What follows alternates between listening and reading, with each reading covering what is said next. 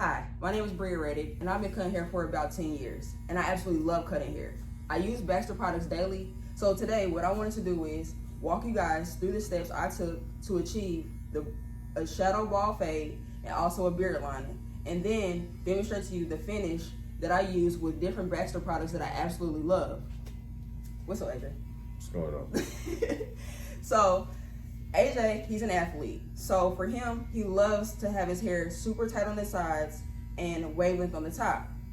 To achieve that, what I did was I first prepped him using Baxter fortifying shampoo and conditioner, just to make sure that I'm working with a clean canvas right before the cut. Afterwards, because as you can see, AJ has waves in his hair, to make sure that those waves stay in there, what we do is I sit him underneath the dryer with the do-rag just to set the waves in there to make sure when I do cut that they pop out. And when I say pop out, I mean they're just very visible. So what I did and how I started the cut was I bought it from one temple to the other, keeping the first guideline below the occipital bone. Reason being is because, again, I'm doing a shadow ball fade. With that, the fade is not our normal fade to where we would keep it right here.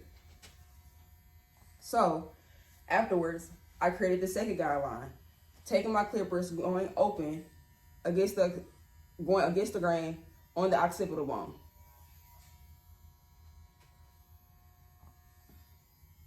Once I did that, I took a 1.5 guard going with the grain of the hair to achieve the desired length that he likes. Afterwards, what I did was to remove that first guideline that we had, I closed my clippers completely, going against the grain of the hair to blend it really, really well.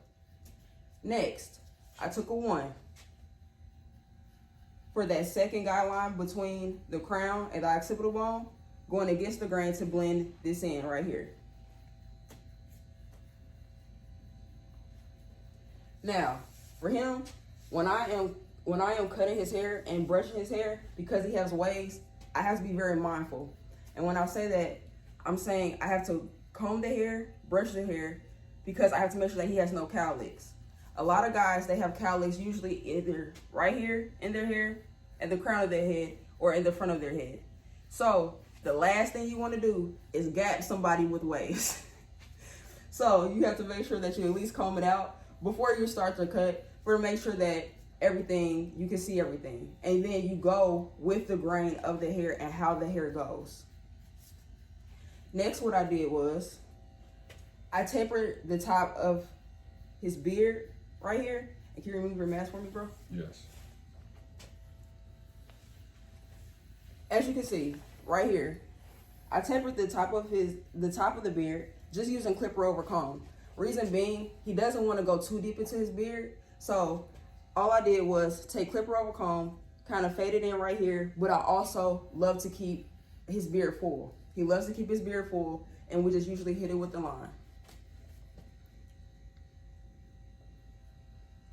Next, what I'm going to do is I'm going to demonstrate to you guys the two products that I absolutely love to use by Baxter. First product is the clay pomade. I chose this particular pomade because, again, AJ is an athlete. The clay pomade has an awesome hold, it smells great, and it's not super thick, so it goes on pretty light. As you can see, you do not need a great amount. You rub it in really, really well. And then what you're going to do is you're going to go with the grain of the hair, starting with the crown.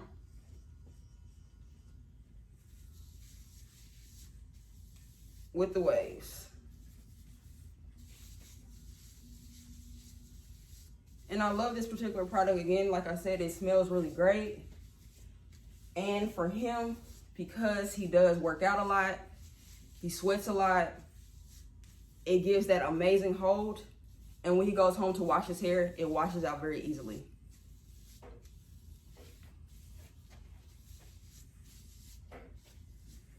Also, I love the clay pomade. It makes his waves pop. Basically visible. So after I have applied the clay pomade, I'm going to brush it in just to make sure that I set it.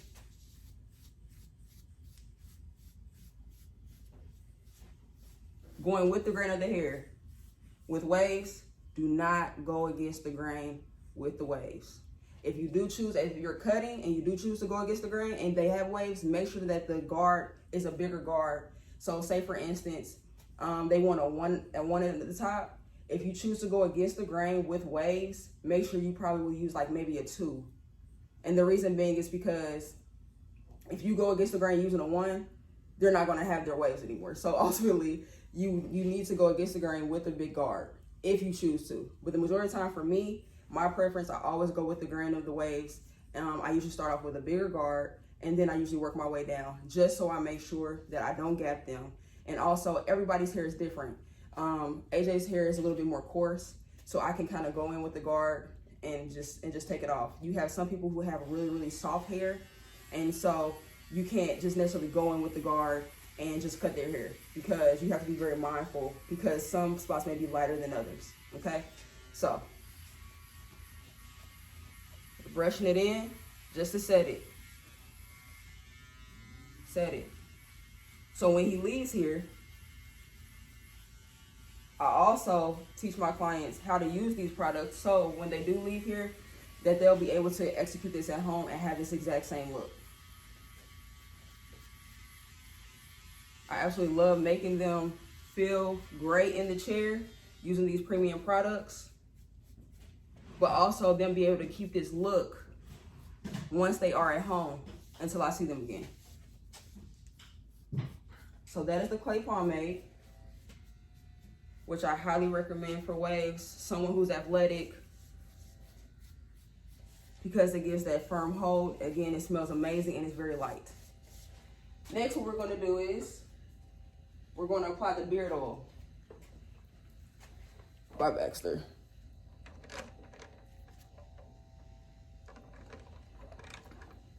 Absolutely love this beard oil.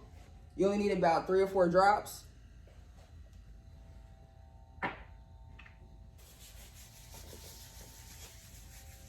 You're gonna work it into the beard. The reason I am applying it like this is to make sure that I have even distribution of the product in the beard. And again, I absolutely love this beard oil. It smells really great. Keeps this beard moisturized.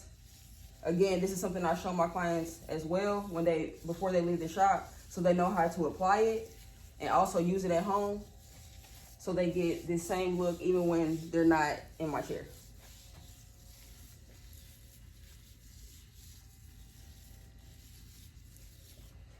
Afterwards, after I apply, make sure I even distribute it through the beard, I'm going to pick it out. And the reason I do that, again, yes, I did it with my hands, but also I want to make sure that I do it with the comb, just to make sure that it is absolutely evenly distributed.